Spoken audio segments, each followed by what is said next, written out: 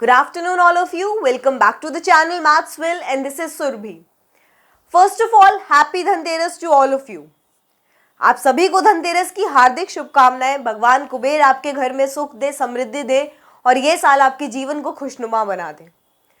ठीक है, तो आज हमारा टॉपिक है प्रॉब्लम्स ऑफ टीचिंग मैथमेटिक्स।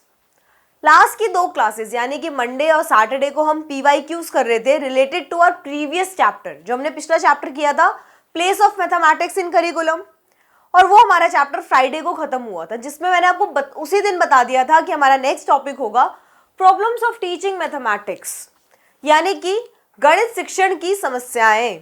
लिखना है तो आप लिख सकते हैं, गणित शिक्षण की समस्याएं।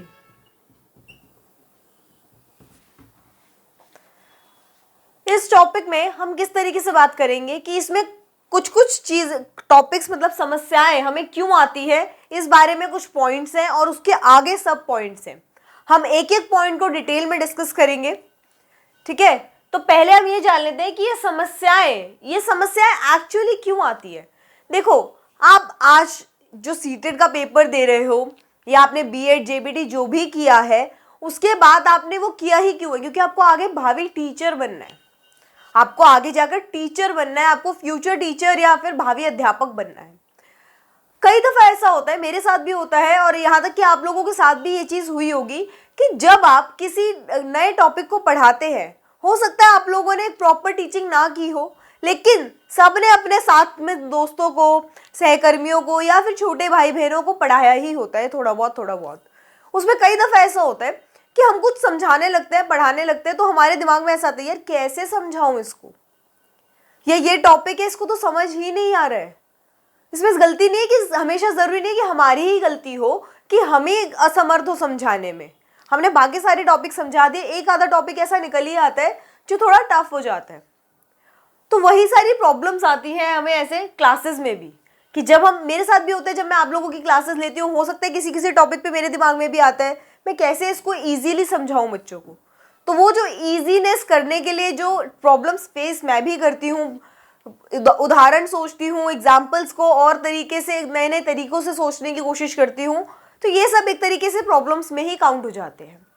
लेकिन ये तो मेरे पार्ट पे प्रॉब्लम है। जब हमें सामने से प्रॉब्लम फेस करने को मिले, मतलब कि जैसे आपका कोई फ्रेंड है, आप उसे कुछ भी टॉपिक समझा रहे हैं, आपने 10 तरीके के एग्जाम्पल दे दिया और उसने आपको एंड में भी ये बोला यार भाई बिल्कुल समझ नहीं आया, तो अब क्या बोलते हो, यार रट ले, तू तेरे को नहीं आएगा समझ में, कर देते ना वैसा काम। तो ये क्या है, ये हमने तो अपनी तरफ से पूरी कोशिश कर ली लेकिन उसको नहीं आया समझ में, कभी कभी होता है। तो वो सब चीजें हैं, यहाँ पे हम वो प्रॉब्लम्स डिस्कस करेंगे जो हमें सामने से फेस करने को मिलती है। ठीक है, तो सबसे पहले तो पहला पॉइंट लिख लीजिए आप, child suffer from fear and failure, यानी कि बच्चे में पहले गणित को लेकर पहले ही भय और असफलता के भाव उपस्थित होते हैं। ऐसा क्यों होता है कि बच्चे ने पहले से ही अपने दिमाग में नोशन क्रिएट कर लिया होता है कि शायद मुझसे मैथ्स ना हो। ऐसा क्यों होता है? इसका एक एक्सटर्नल फैक्टर भी है। एक होता है कि ठीक है, बच्चे ने 2-4 बार कोशिश करी, उसके क्वेश्चंस नहीं सॉल्व हुए तो बच्चे ने हार मान ली, डिमोटिवेट हो गया। चलो उसको तो हम फिर भी ठीक कर सकते हैं कि उसको क्वेश्चंस आसान दे, थोड़ा बहुत प्रैक्टिस करवाए, कर जाएगा। लेकिन कुछ बार कभी कभी क्या होता है बच्चे के साथ ना, बाहर एक्सटर्नल फैक्टर्स कैसे होते हैं, कोई बच्चा है, यहाँ तक कि आप लोगों ने भी किया होगा या आप लोगों ने देखा होगा होते हुए कि कोई बच्चा है, उससे आपने पूछा कि आपकी क्लास में एलजेब्रा शुरू हो गया, 10-12 साल का बच्चा है, 6-7 का बच्चा है, बच्चे ने बोला हाँ हो गया। बेटा तुझे समझ में आ गया? हाँ आ गया। उसने बोला हाँ मुझे बहुत अच्छे से आ गया। तो ना मतलब या तो बच्चा कह देगा नहीं आया तो शायद हो सकता है कि लोग मान लेते हैं हाँ मैंने कहा ही था इतना मुश्किल चैप्टर है। लेकिन अगर वो कह देगा हाँ आ गया तो उसको और डरा देंगे कि अरे रुक जा, अभी आगे देखियो बिल्कुल समझ नहीं आएगा, बहुत टफ चैप्टर है। तो ये सब चीजें क्या होती है, बच्चे के दिमाग में प्री नोशंस क्रिएट कर देती है, पूर्व अवधारणाएं क्रिएट कर देती है कि उससे ये टॉपिक होगा ही नहीं। और जब बच्चा ये सब फियर, जब वो डर जाता है तो वो फेल होना स्वाभाविक है कि नहीं। तो इसके भी आगे कुछ पॉइंट्स हैं कि पहला तो ये सब होता ही क्यों है। अगर एक्सटर्नल फैक्टर को हम छोड़ दें और सिर्फ उन चीज़ों पे फोकस करें जो इनको हम थोड़ा सा ये कह लीजिए जो बिल्कुल सामने है, उन चीज़ों पे फोकस करें तो वो किस हिसाब से होंगी। पहला तो क्यूमुलेटिव नेचर है, क्यूमुलेटिव नेचर ऑफ मैथमेटिक्स। इसका क्या मतलब है? इसका मतलब है संचयी प्रकृति, गणित की संचयी प्रकृति।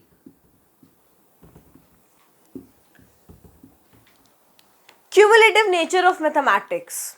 अब इसका मतलब समझिए, इसका ये कहना क्या चाहता है कि संचयी प्रकृति कैसे है गणित की।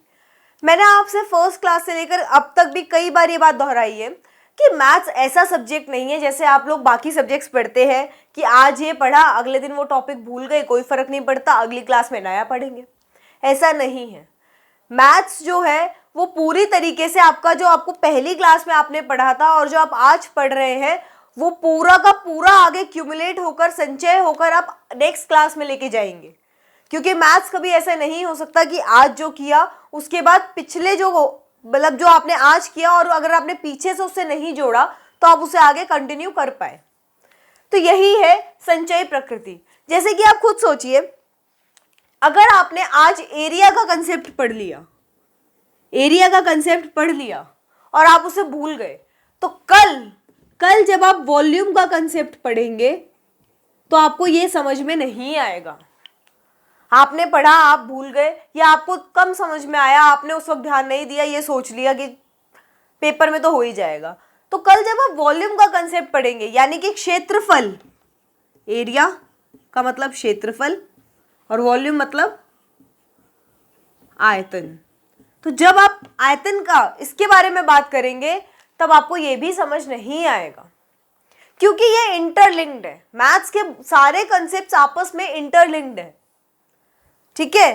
तो यही वजह है कि क्यूमुलेटिव नेचर ऑफ मैथमेटिक्स है। अगर बच्चे ने एक टॉपिक छोड़ दिया, अगर बच्चे ने 5th क्लास में एरिया का टॉपिक छोड़ दिया तो वो आगे 7th 8th क्लास में वॉल्यूम का टॉपिक नहीं समझ पाएगा।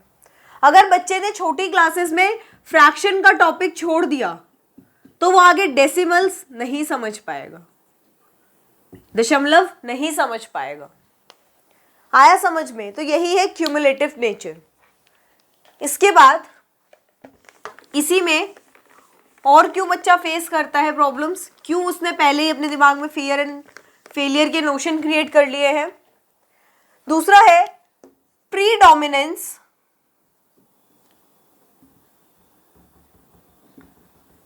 ऑफ सिंबॉलिक लैंग्वेज,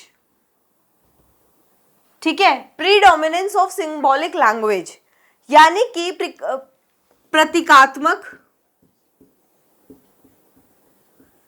प्रतीकात्मक भाषा का प्रभुत्व।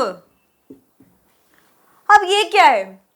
प्रतीकात्मक भाषा का प्रभुत्व यानी कि प्रीडोमिनेंस ऑफ सिंबॉलिक लैंग्वेज। अब ऐसा क्या है? आप लोग कहोगे मैम ये प्लस माइनस में क्या समझना है, 2 + 2 + 3 इसमें क्या समझना है? प्लस का मतलब है जोड़ दो, ये तो बच्चा बच्चा जानता है यार। ये तो छोटे छोटे एग्जाम्पल्स हुए। मैं आपको ऐसे दसियों सिंबॉलिक लैंग्वेज सिंबल्स आपको दिखा सकती हूँ जिसका मतलब आपको नहीं पता होगा और जो मैथ्स में यूज होते हैं। जैसे कि ये तो चलो फिर भी किसी ने देखा होगा, समेशन का साइन। इसमें हम इसके आगे जो भी लिख देंगे उसे हम सबको ऐड कर देते हैं, ये होता है समेशन का साइन। एक होता है ये, इसे कहते हैं बिलोंग करना। जब हम सेट्स पढ़ते हैं तो उसमें बिलोंग करवाते हैं, ये नहीं पता होगा आप लोगों को, ये शायद मुझे भी ग्रेजुएशन में जाके पता चला था, ठीक है। ये इसका मतलब होता है इफ एंड ओनली इफ। ऐसे दसियों साइन है।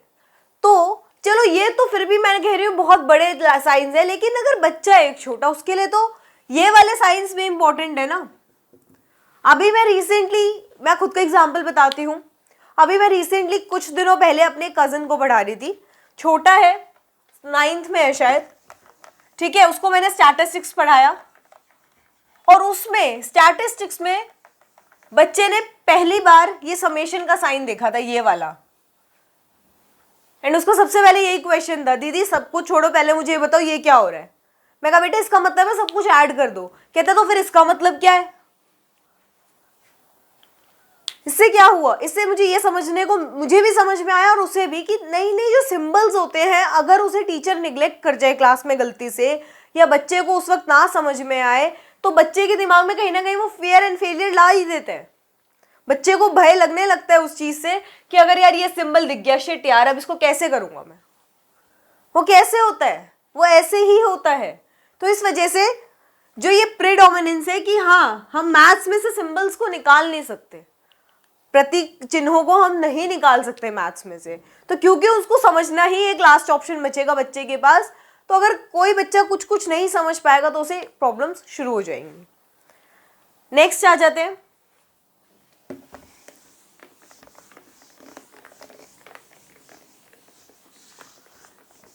मैथ्स में एक चीज और है, हम ना सोशल डिस्क्रिमिनेशंस भी करते हैं। तीसरा पॉइंट है ये, सोशल डिस्क्रिमिनेशन, और ये हर तरीके की है, यानी कि सामाजिक भेदभाव, इससे भी होता है। इससे कैसे होता है समझिए।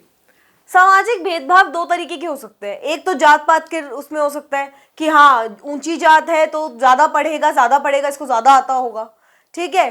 तो नीची जात वाले के अंदर अगर तुम रोज किसी को, बच्चे को रोज एक ही बात बोलोगे, तेरी जात नीची है, तू ऐसा नहीं पढ़ पाएगा, तो बच्चे के दिमाग में एक नोशन वैसे ही क्रिएट हो जाएगा। छोटे बच्चे कच्ची मिट्टी की तरह होते हैं, ये तो आपने कई दफा सुना होगा कि छोटे बच्चे कच्ची मिट्टी की तरह होते हैं, उसे जो कह दोगे वो मान लेते हैं। और हमें नहीं पता कि उनके उस कोमल मन पे उसका भाव, उसका प्रभाव कितने वर्षों तक रह सकता है, क्या पता वो पूरी जिंदगी उसी भाव के साथ रहे। तो हमेशा बच्चों के सामने सोच समझ के बात करनी चाहिए। अब अगर तुम जाति पाति और ये सब के बारे में बात करोगे तो बच्चा हो सकता है उसको कैच कर ले। तो इस एक तो ये हो गया, ये आपका हो गया सोशल डिस्क्रिमिनेशन में, ये आपका आ जाएगा जाति पाति के भाव, जाति पाति के भेदभाव। अच्छा एक और चीज होती है, वो होता है लैंगिक, यानी कि जेंडर बायसनेस। अब इसमें भी मैंने कई दफा देखा है कि बच्चों को, मतलब घरों में भी ऐसा होता है, बहुत पढ़ी लिखी फैमिलीज है लेकिन लड़कियों को कम मौका देते हैं लड़कों से। लोगों का क्या लोगों का ये नोशन रहता है, लोगों के दिमाग में ये पूर्व धारणाएं हैं कि लड़की है इसको क्या ही पढ़ना है और इसको आएगा भी नहीं समझ में, मंद बुद्धि है, या लड़कियों के लिए मैथ्स बनी नहीं है, ऐसा सोचते हैं लोग। इसका एक्सेप्शन कह लो या यूं कह लीजिए कि इसकी जो इस बात की जो काट है वो मैं खुद हूं। मेरे घर में शायद जितनी मैथ्स, जितनी समझ, जितनी पकड़ मेरी मैथ्स पे मजबूत है ना, उतनी मेरे घर के लड़कों की भी नहीं है।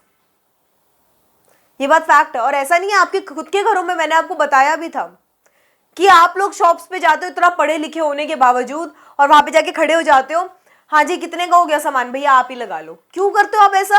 क्योंकि आपको वो एडिशन करने में प्रॉब्लम होती है। लेकिन वहीं आपकी मम्मियां सालों से गृहस्थी चला रही है, एक एक पैसे का हिसाब होता है उन्हें। आप जाके दिखाओ बाहर मार्केट में और आप घर आके कहो मम्मी ये टमाटर मैं 20 रुपए किलो लाया हूं, अरे पागल है क्या, 18 के मिल जाते, कितने बच जाते पैसे तुझे पता है? 1 मिनट में हिसाब लगा लेती हैं आपकी मम्मियां। तो आप कैसे कह सकते हो कि लैंगिक, या आप जेंडर पे कैसे भेदभाव कर सकते हो कि उसको मैथ समझ में आएगा या नहीं आएगा? लेकिन फिर वही बात, अगर आप एक छोटेपन में 4-5 साल की लड़की को ये बोलना शुरू कर दो कि तेरे बस की नहीं है मैथ्स, तो हमें नहीं पता उसके मन पे कैसा प्रभाव पड़ेगा। हो सकता है वो डर जाए और वो करना ही छोड़ दे, या ऐसा भी हो सकता है कि उसके मन में रिबिलियस आ जाए, उसके मन में आक्रोश आ जाए कि नहीं मैं करके दिखाऊंगी। तो वो दोनों चीजों का है। लेकिन बात इतनी है कि सोशल डिस्क्रिमिनेशन से फर्क पड़ता है। ठीक है, तो ये जान लीजिए, आप लोग कि सोशल डिस्क्रिमिनेशन से फर्क पड़ता है।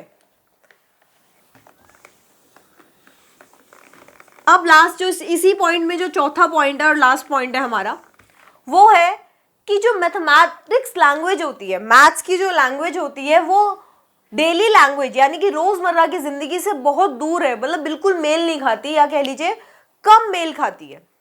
अब ऐसा क्यों होता है, लिख लीजिए इसको भी। Language of maths is far from daily language. Daily language यानी कि गणितीय भाषा हमारी रोजमर्रा की भाषा से काफी अलग है। इसकी वजह से भी बच्चों में प्रॉब्लम्स होती हैं कि बच्चा, एक छोटा बच्चा, वो नॉर्मल अपनी डेली लाइफ जी रहा है, उसमें वो एक नॉर्मल बात कर रहा है और सडनली आप उसे मैथ्स में बात करना शुरू कर दो। हाँ, मैथ्स छोड़ो, आप बाकी किसी लैंग्वेज में बात करना शुरू कर दो।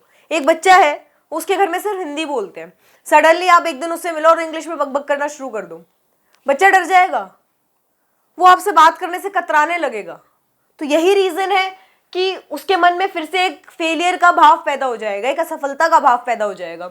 और यहाँ पे भी लैंग्वेज ऑफ मैथ्स की लैंग्वेज भी तो कितनी अलग है। अब मैंने आपसे कहा समेशन, अब मैं आपसे सिंपल कहूं कि फाइंड द समेशन ऑफ, मैं आपसे ऐसे कह दूं, find the summation of table of 2। अब ये हो सकता है आप में से भी कई लोगों को समझ ना आया हो। इसका मतलब ये है कि जो 2 का टेबल है उसको ऐड करते जाओ, यानी कि 2 + 4 + 6 + 8 + 10 + 12 और सो ऑन। इसका मतलब ये था। तो ये सब चीजें जब आप कहीं भी कुछ भी नया इंट्रोड्यूस करते हो तो थोड़ा बहुत फर्क आ जाता है बच्चों में, तो वो सब चीजें भी बच्चों को थोड़ा सा भयभीत करती हैं, डराती हैं। ये था हमारा पहला पॉइंट कि बच्चे ऑलरेडी, जब आप क्लास में जाओ और बच्चे ऑलरेडी डरे हुए हो कि उन्हें मैथ समझ में नहीं आएगा, तब आपके लिए एक और बड़ा चैलेंज हो जाएगा, ये एक और बड़ी चुनौती हो जाएगी कि आप जाके बच्चों को कैसे समझाओ, क्योंकि आपको पहले समझाना नहीं है, पहले आपको उनके मन में से डर निकालना पड़ेगा। ठीक है, तो एक ये पॉइंट था। अब दूसरा आ जाते हैं। दूसरा पॉइंट है हमारा डिसअपॉइंटिंग करिकुलम, यानी कि निराशाजनक पाठ्यक्रम। डिसअपॉइंटिंग करिकुलम, निराशाजनक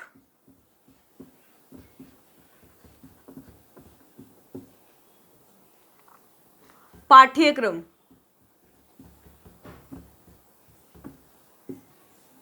निराशाजनक पाठ्यक्रम, ऐसा क्यों कहा हमने पाठ्यक्रम, गणित के पाठ्यक्रम के बारे में? जब हमने मैथ्स का करिकुलम पढ़ा था अपने पिछले टॉपिक में, तब तो हमने बहुत बड़ी बड़ी बातें की थी कि मैथ्स से हमारी रीजनिंग पावर स्ट्रांग होती है, हमारी पूरी लाइफ में काम आती है। फिर हमने इसे डिसअपॉइंटिंग क्यों कहा, निराशाजनक क्यों कह दिया हमने इसे?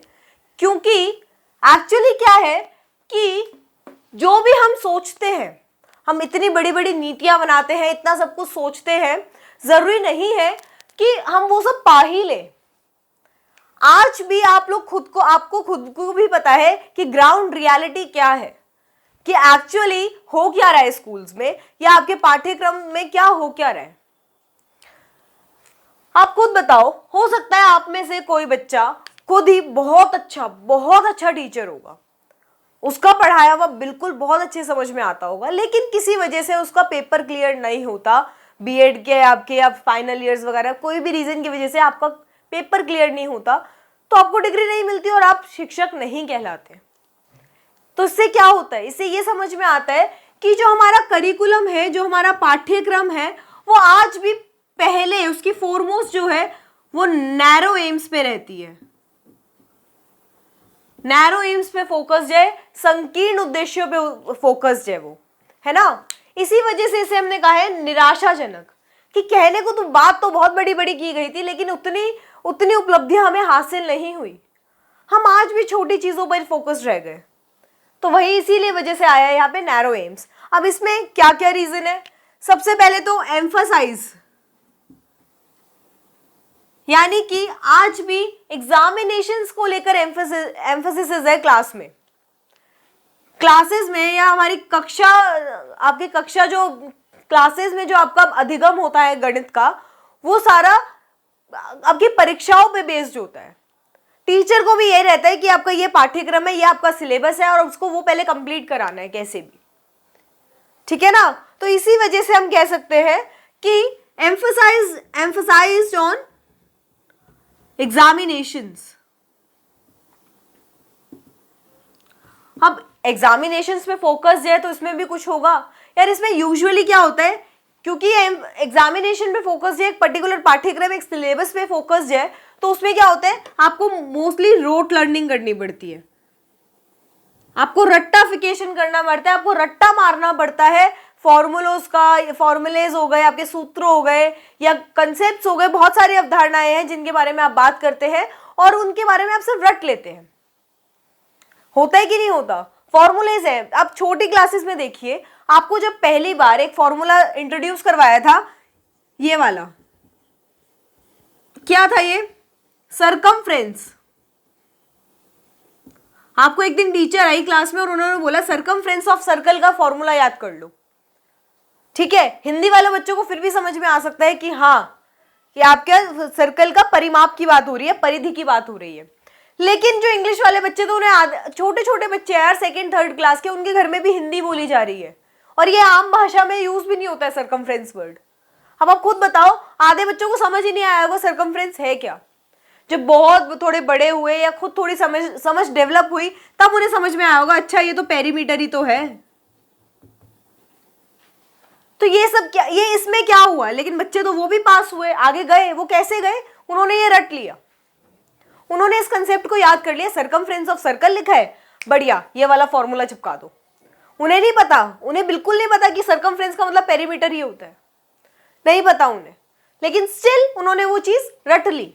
और यही, इसी वजह से, इसी को मैं कह रही हूँ रोट लर्निंग होती है, कि एम्फसाइज हमारा जो करिकुलम है वो आज भी कहने को बहुत बड़े बड़े उद्देश्यों की बातें करता है, लेकिन फिर भी स्कूल्स में एग्जाम्स पे फोकस्ड होता है और एग्जाम्स के सिलेबस पे, और सिलेबस जो है वो रोट लर्निंग को कहीं ना कहीं बढ़ावा देता है।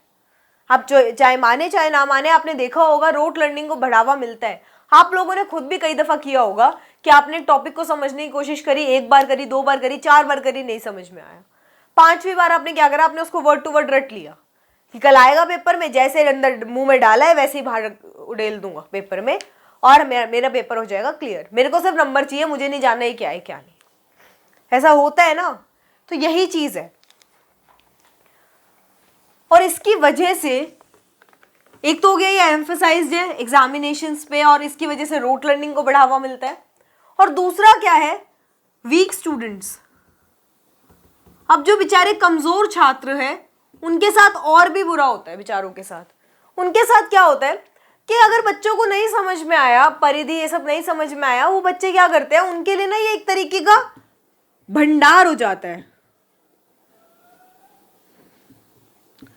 उनके लिए एक तरीके का ये भंडार हो जाता है। किस चीज का भंडार हो जाता है? फॉर्मूलों का, सूत्रों का, सूत्रों का भंडार हो जाता है, जिसे वो रट कर पेपर में चले जाते हैं और वो बस उसे रटते हैं। और ये जो वीक स्टूडेंट्स जब ये सूत्रों को रटते हैं, कभी कभी देखो रटने से कुछ समझ तो आ नहीं रहा, और जब समझ नहीं आ रहा तो गलतियां होने की चांसेस बहुत बढ़ जाते हैं, ठीक है। तो बेचारे वो रट के जाते हैं और उनको या तो वो गलतियां करके आते हैं या वो किसी ना किसी तरह पेपर करके आते हैं। लेकिन ये जो रट्टाफिकेशन है, जिसको हमारा करिकुलम बहुत बुरी तरह नकारता है, हम फिर भी उसकी तरफ बढ़ रहे हैं, कहीं ना कहीं उसी पर आके रुक रहे हैं। तो एक तो ये गलती है, और दूसरा निराशाजनक क्यों है, हमारे जो टैलेंटेड स्टूडेंट्स हैं, यानी कि एक जो बच्चा पढ़ाई में कमजोर है, पढ़ाई में कमजोर होने का मतलब बिल्कुल नहीं है कि वो आगे कुछ नहीं कर सकता, आगे और खेल कूद है, बहुत कुछ है जिसमें वो आगे हो सकता है, पढ़ने वाले बच्चों से भी बहुत आगे हो। लेकिन उस बेचारे के लिए तो यहाँ पे उसके लिए भी पढ़ना तो जरूरी हो ही गया। अगेन एक बंदा बहुत अच्छा गाना गाता है, बहुत अच्छा गाना गाता है। अभी एक सिंगर भी आप लोगों ने देखा होगा, कई दफा ऐसा आपने म्यूजिक इंडस्ट्री में भी सुनने को देखा होगा कि कोई बंदा बिल्कुल सड़क से उठा के उसको स्टार बनाया, ठीक है, उसने बहुत अच्छा गाया, उसके पास बहुत टैलेंट है, लेकिन हुआ क्या, 2-4 गाने गाए, वो फिर वापस वहीं आ गए। क्योंकि कहीं ना कहीं जो पढ़ाई से हमारा दिमाग खुलता है, जो हमें समझ में आता है, वो चीजें कहीं ना कहीं उसमें लैक कर रही थी। तो पढ़ना तो फिर भी जरूरी था। अब इन बेचारों के लिए पढ़ना जरूरी था और उन्हें पता था हमें पास भी होना है, ठीक है, तो इस वजह से उन्होंने रट लिया, ये रट्टाफिकेशन को प्रमोशन हो गई। अब जो टैलेंटेड स्टूडेंट्स है, जो पढ़ाई में मेधावी छात्र है हमारे, उनके साथ भी बुरा हो रहा है, क्योंकि एग्जामिनेशन बेस्ड है। तो इसका मतलब सिलेबस एक डिफाइंड सिलेबस है, वही 15 क्वेश्चन है एक किताब में, वही 15 क्वेश्चन है और उन्हीं 15 क्वेश्चन पे काम करना है। अब जो टैलेंटेड बच्चा है उसका एक सीमित कर दिया, उसका हमने एक बिल्कुल सीमा तय कर दी कि उसको उतना ही पढ़ना है और उसको उतने ही 15 क्वेश्चन सॉल्व करने हैं। तो इस वजह से इन बच्चों का जो टैलेंट है, जो इन बच्चों का दिमाग तेज है, उस पे जो कंसेप्चुअल पकड़ उनकी खुद की बननी चाहिए, जो एक कंसेप्ट पे इनकी पूर्व धारणाओं को लेकर इनका जो खुद का कंसेप्ट तैयार होना चाहिए, वो नहीं बन पाता है। इसी वजह से इनके साथ भी बुरा होता है।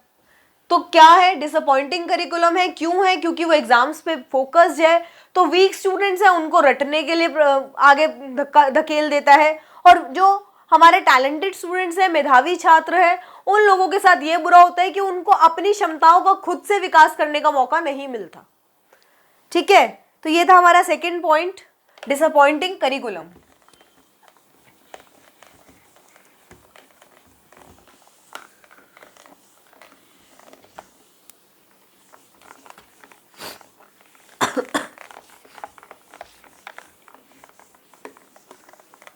अब थर्ड पॉइंट पे आते हैं। थर्ड पॉइंट क्या कहते हैं? Inefficient assessment. इनएफिशिएंट असेसमेंट, इसका क्या मतलब है? अपरिकृष्ट मूल्यांकन। अपरिकृष्ट मूल्यांकन, इसका मुझे मतलब आप लोग खुद एक बार सोच के देखिए कि ऐसा क्यों होता है कि अपरिकृष्ट मूल्यांकन या इनएफिशिएंट असेसमेंट क्यों कहा गया है? बताओ यार। एक्चुअली जो हमारी स्कूली गणित है, क्योंकि आप स्कूल के टीचर बनने वाले हैं तो हम उसी पे फोकस्ड है, तो जो हमारी स्कूल की गणित है उसमें क्या है कि हम यूजुअली बात वही कर रहे हैं कि फॉर्मूलाज को मेमोराइज फॉर्मूला, यानी कि सूत्रों को रटने या याद करने के लिए प्रेरित कर रहे हैं हम बच्चों को। तो उसकी वजह से क्या होता है, जब ये सिर्फ इसमें याद करने की बात हो गई, मैंने अभी आपको बताया कि जैसे सरकमफ्रेंस का फॉर्मूला आपको 2πr बता दिया, आधे बच्चों को समझ में भी नहीं आया कि ये फॉर्मूला आया कहां से, कैसे उठा, या सरकमफ्रेंस होती क्या है, लेकिन बस याद करवा दिया बच्चों को, और उस वजह से क्या हुआ, सूत्रों को याद करके बच्चों ने रट लिया। तो इस वजह से मूल्यांकन, अब मूल्यांकन की बात आती है तो क्या होता है, जो हमारा जो एग्जामिनेशन है, मैंने आपको अभी बताया, एग्जाम्स में हो सकता है एक बच्चे ने कम अच्छा परफॉर्म किया, रीजन कुछ भी हो, चाहे वो बच्चा बीमार था, चाहे हो कह लीजिए कि उसको चलो पढ़ाई समझ नहीं आती। आप में से भी, जैसे मैंने एग्जाम्पल दिया कि बीएड जेबीटी में आप लोग का हो सकता है आप लोग एक बहुत अच्छे टीचर हो सकता है कि आपका कोई हाथ ही ना पकड़ सकता हो जब आप समझाने बैठते हो किसी भी कंसेप्ट को। तो उसमें क्या होता है, एक बहुत अच्छा टीचर है लेकिन उससे बस रट के यार पढ़ा नहीं जाता, पढ़कर उसे पेपर में लिखा नहीं जाता, तो उसके नंबर नहीं आए। जब उसके नंबर नहीं आए तो उसको डिग्री नहीं मिली। जब उसको डिग्री नहीं मिली तो हमारे देश ने क्या खो दिया, एक बहुत ही बढ़िया टीचर। और ऐसा ही हमारे स्कूलों में भी होता है, एक बच्चा है उसको सारे कंसेप्ट्स बहुत तगड़े हैं लेकिन वो पेपर में नहीं लिख सकता बेचारा।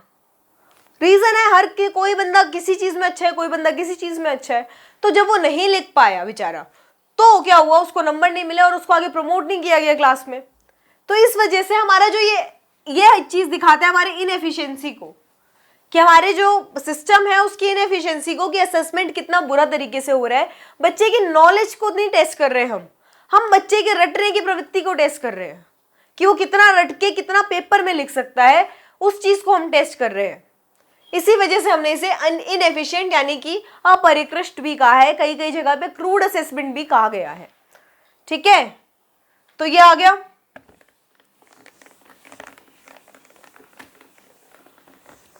ये हमारा तीसरा पॉइंट था, इनएफिशिएंट असेसमेंट। अब चौथे पॉइंट की बात करते हैं। हमारा चौथा पॉइंट है इनएडिक्वेट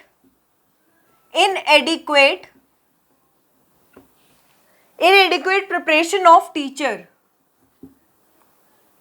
प्रिपरेशन ऑफ टीचर, यानी कि शिक्षक की अपर्याप्त तैयारी, शिक्षक की अपर्याप्त तैयारी। अब यहां पे बात है, अब यहां पे टीचर की गलती बताई गई, तो टीचर की कैसे गलत हो सकता है, या टीचर की अपर्याप्त तैयारी को हमने क्यों माना। यहां पे आपके सामने मैं खड़ी हूं, एज अ टीचर खड़ी हूं। अगर मैं यहाँ पे एक किताब लेकर आऊं और उसको, अगर वो इंग्लिश में है तो उसको हिंदी में ट्रांसलेट करके आपको बोल दूं, और अगर कुछ हिंदी में है तो उसको इंग्लिश में ट्रांसलेट करके बोल दूं, मतलब कि जो मेरा पढ़ाने का तरीका है वो सिर्फ मेरी किताब, जो हमें जो पाठ्यक्रम निर्धारित करते हुए हमारी जो किताब असाइन की गई है, हमें जो किताब दी गई है, मैं सिर्फ उसी पे फोकस्ड रहूं और ना उससे बाहर इधर उधर देखने की कोशिश करूं कि बच्चों को कैसे रियल लाइफ से जोड़ूं, कैसे एक्टिविटीज कराऊं, कैसे इंजॉयबल करूं अपने पाठ्यक्रम को। तो अगर मैं वैसा नहीं करती हूं, अगर मैं ऐसा कुछ नहीं करती हूं, तो क्या होगा, आप एक दिन कोशिश करोगे समझने की, 2 दिन कोशिश करोगे, तीसरे दिन के बाद आप हार मान जाओगे कि हमें नहीं समझ में आएगा इस टीचर से, या तो टीचर बदलो या फिर ये टॉपिक ही छोड़ दो। अब क्या है कि आप लोगों के पास ये ऑप्शन है कि आप दूसरा टीचर ढूंढ सकते हो, तीसरा टीचर ढूंढ सकते हो, लेकिन जो स्कूल के बच्चे हैं उनके पास कहां से ऑप्शन आएगा, वो क्या कर सकते हैं बताओ। आप खुद सोचो, वो बच्चे कैसे करेंगे। स्कूल में तो एक टीचर एक क्लास के लिए असाइन कर दी जाती है और बच्चों को उसी से पढ़ना पड़ता है, चाहे कुछ भी हो। बच्चे सिर्फ उम्मीद करते हैं अगले साल शायद टीचर बदल जाए। तो इसी वजह से शिक्षक की अपर्याप्त तैयारी भी कहीं ना कहीं बच्चों के लिए प्रॉब्लम्स क्रिएट करती है और खुद शिक्षक के लिए भी प्रॉब्लम्स क्रिएट करती है। ठीक है, तो एक ये भी रीजन हो गया। टेक्स्ट बुक की वजह से बच्चे क्या है, अगर टीचर जो है सिर्फ अपनी और तैयारी ना करके सिर्फ बुक पे ही सीमित हो जाएगा, तो क्या होगा, क्लास सुस्त हो जाएगी, यानी कि डल हो जाएगी क्लास। और अगर ये क्लास डल हो जाती है कहीं ना कहीं, तो बच्चों में इंपॉर्टेंट अभिप्रेरणा यानी कि इंपॉर्टेंट मोटिवेशन और एप्रिसिएशन का अभाव हो जाएगा, यानी कि महत्वपूर्ण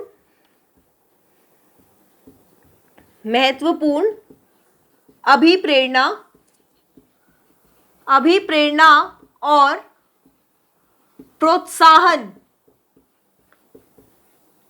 प्रोत्साहन का अभाव हो जाएगा।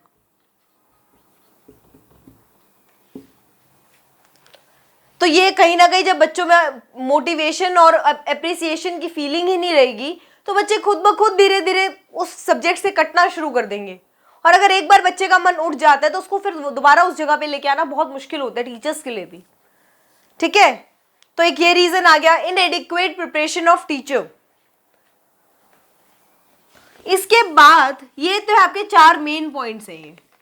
ठीक है, क्वेश्चंस भी इन्हीं में से बनते हैं और इनमें से ज्यादातर प्रॉब्लम्स ऑफ टीचिंग मैथमेटिक्स में ज्यादातर जो क्वेश्चंस बनते हैं वो बनते हैं केस स्टडीज वाले।